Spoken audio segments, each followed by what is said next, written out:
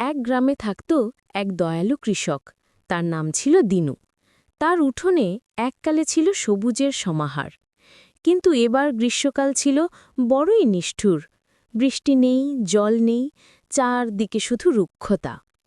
দিনুর সবচেয়ে প্রিয় বন্ধু ছিল এক জ্ঞানী কাক, যার নাম ছিল কাকু।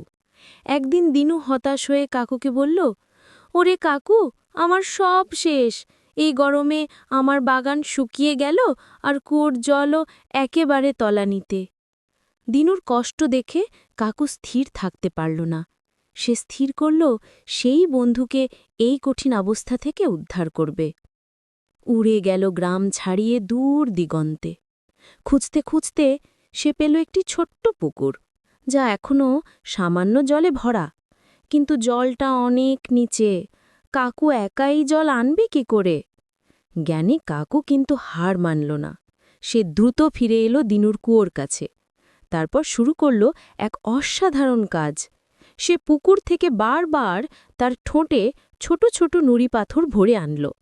প্রতিবার আসা যাওয়া, আর প্রতিবারই একটি করে নুড়ি পাথর খচ করে ফেলে দিল কুয়োর ভেতরে। দিনু প্রথমে বুঝতে পারল না কি হচ্ছে, কিন্তু ধীরে ধীরে সে অবাক হয়ে দেখল কুয়োর জলের স্তর একটু একটু করে উপরে উঠে আসছে। দিনু বুঝল এ তো কাকু বন্ধুর বুদ্ধি। সেও সঙ্গে সঙ্গে ছুটে এলো। কাকু আর দিনু দুজনে মিলে পাথর ফেলতে লাগল, আর কিছুক্ষণের মধ্যেই জল এলো নাগালের মধ্যে। কৃষক দিনুর মুখে ফুটল স্বস্তির হাসি।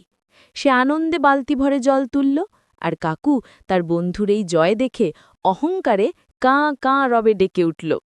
এইভাবে জ্ঞানী কাকের বুদ্ধিমত্তা আর কৃষকের সম্মিলিত প্রচেষ্টার ফলে তারা কঠিন গ্রীষ্মকে জয় করল।